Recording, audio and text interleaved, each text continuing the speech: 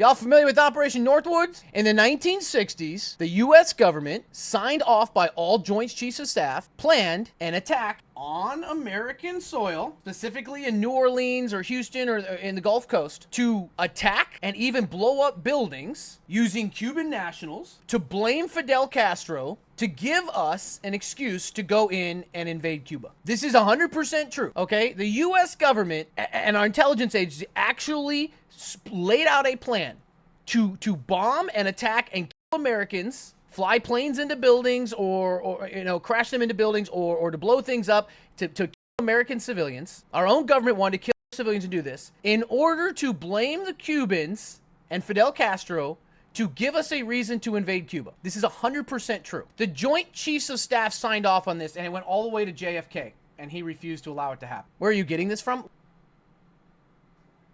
Yes, this is real.